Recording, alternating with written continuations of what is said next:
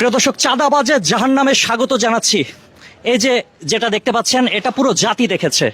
এটা নিয়ে আসলে কিছু বলার নেই। এবং আশেপাশে কথা বললাম, একটা মানুষও দেখে নাই। মানে কেউ কথা বলতে চায় না, সবাই ভয় পায়। আপনারা দেখেন নাই, আর দেখলেও এখানে যত মানুষ আছে সবাই আসলে অন্ধ। আমরা সবাই অন্ধ। আর যদি এভাবে অন্ধ থাকি, আমার ঘরে আপনার ঘরে কান্নার একেবারে বন্যা বয়ে যাবে।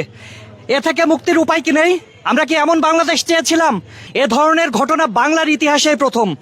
এটা কখনো কোনোদিন ঘটেনি।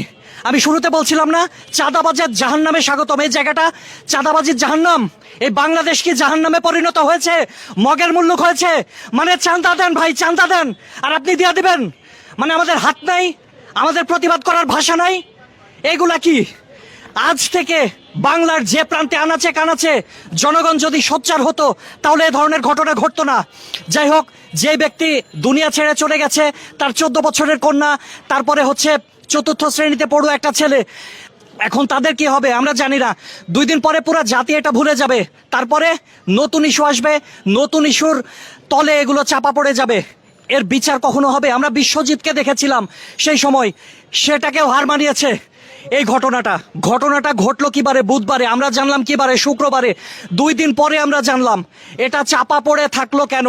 ফেসবুকে ভাইরাল হলো, তারপরে মানুষ এটা নিয়ে সোচ্চার হলো। তার আগ পর্যন্ত কেউ সোচ্চার হয়নি। আশেপাশে অসংখ্য মানুষের সাথে কথা বলেছি, কেউ দেখে নাই। এতগুলো দোকানপাট আছে, কেউ কি দেখে নাই? প্রত্যেকে অন্ধ। তার মানে কি আমরা ভীতু, আমরা ভয় পাই? যাই হোক, এই ভয়ের রাজ্য একটা দেশ ছিল, হীরক রাজার দেশ। সেই হীরক রাজার দেশ থেকে আমরা এখন চাঁদাবাজির রাজার দেশে রূপান্তর হয়েছি। যাই হোক, এতগুলো মানুষ এভাবে যদি চলতে থাকে, তাহলে আরো একটা গণ অভ্যুত্থান মনে হয় হবে। আমরা জানি না কি হবে। বিচার চাই। কার কাছে চান বিচার? সরকার কাছে। সরকার কি আদৌ বিচার করবে বলে মনে হয়?